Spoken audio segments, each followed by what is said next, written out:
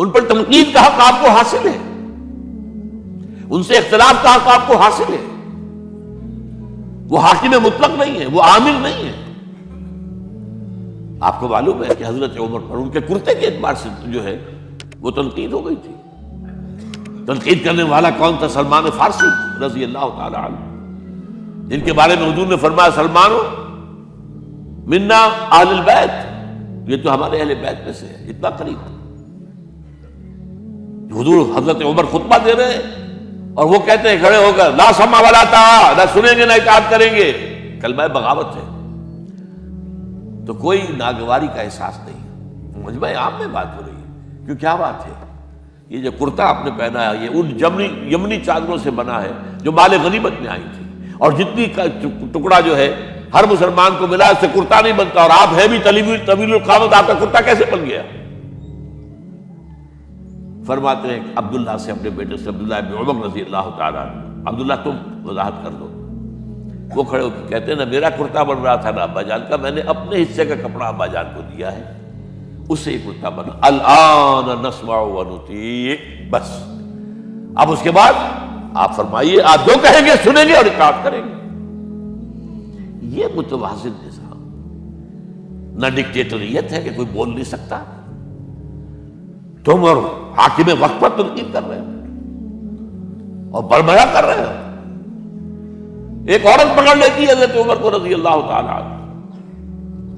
حضرت عمر نے آرڈیننس نافذ کر دیا تھا کہ اتنے سے زیادہ، اتنی رقم سے زیادہ مہر نہیں رکھا جا سکتا.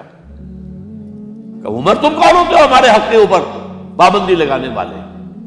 جب قرآن میں ہے وَآتَيْتُمْ إِحْدَاهُنَّ قِنطَارًا، چاہے تم نے اپنی کسی بیوی کو ڈھیروں سونا دیا ہو تب بھی طلاق کی شکل میں واپس نہیں دے سکتے.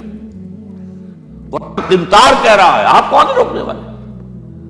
اور حضرت عمر فرماتے ہیں آج ایک عورت نے عمر کو دین سکھایا، آرڈیننس واپس. اسی طریقے کا معاملہ حضرت عمر کا یہ اجتہاد تھا کہ یہ جو زمینیں اتنی بڑی بڑی جو ہے سواد، عراق، ایران، مصر سب فتح ہو گئے، چند ہزار صحابہ. اب مطالبہ یہ تھا کہ یہ مال غنیمت ہے ہمارے اندر تقسیم کر دیجیے. جیسے حضور نے غزوہ خیبر میں جو زمینیں تھیں یہودیوں کی وہ مجاہدین میں تقسیم کر دی تھی. دلیل موجود، دلیل بھی سنت رسول سے ہے صلی اللہ علیہ وسلم. حضرت عمر کی حکمت کچھ اور کہہ رہی ہے. یہ بات تو میں اپنے انداز سے کہہ رہا ہوں کہ اگر ایسا ہو گیا تو تاریخ انسانی کی سب سے بڑی جاگیرداری قائم ہو جائے گی. کتنے بڑے بڑے رقبے جو ہے صحابہ کو مل جائے گا.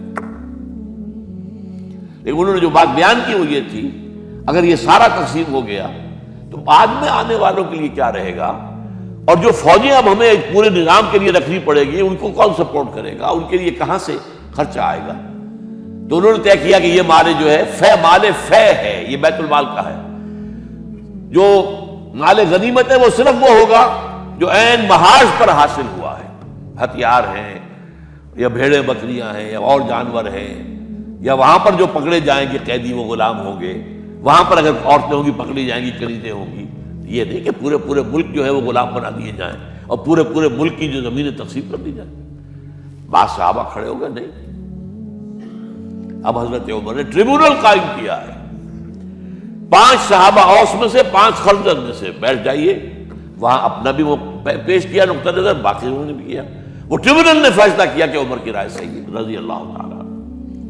یہ نظام سید القوم خادمہم، یہ اگر کوئی کہتا، اگر یہ مثالیں نہ ہوتی تو کہتے کیا تمہارا دماغ خراب ہوا ہے، یہ شاعری تو تم نے اچھی کر دی ہے، سید القوم خادمہم کبھی ہوا ہے؟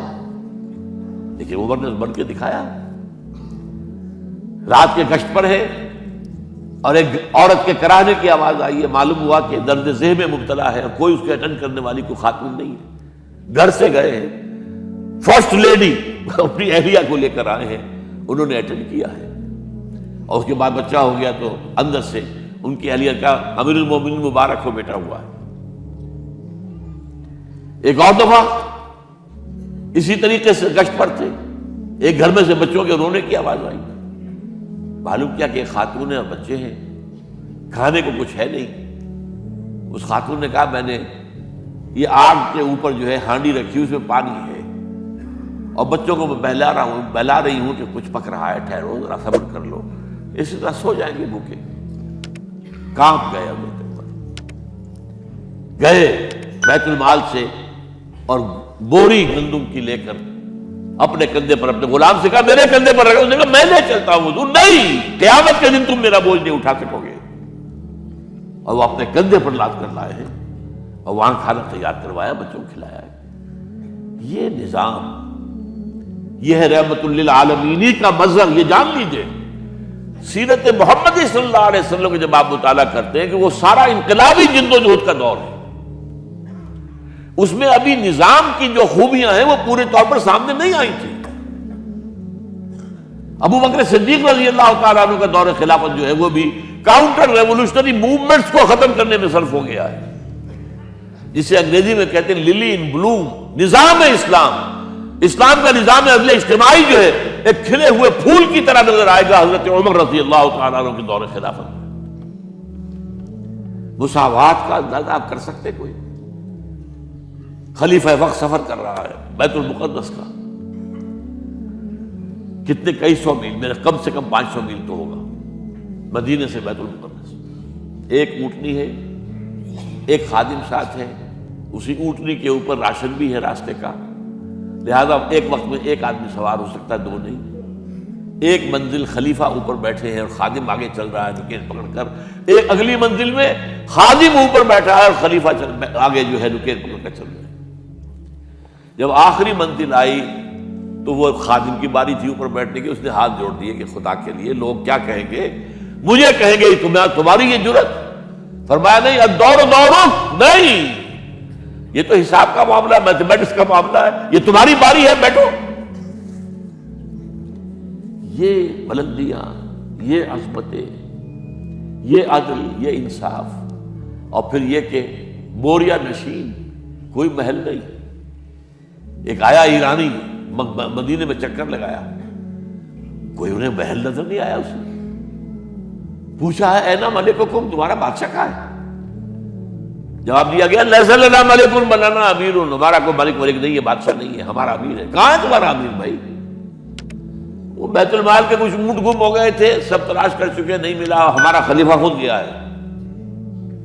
کسی کو ساتھ لے کر گیا ہوگا آئیڈینٹیفیکیشن کے لیے، تو دیکھا دوپہر ہو گئی تھی، دھوپ تیز ہو گئی تھی، حضرت عمر اپنے درے کو اپنے گردن کے نیچے رکھ کر ایک درخت کی چھاؤں میں آرام کر رہے تھے۔ نہ کوئی باڈی گارڈ ہے، نہ کوئی محافظ ہے۔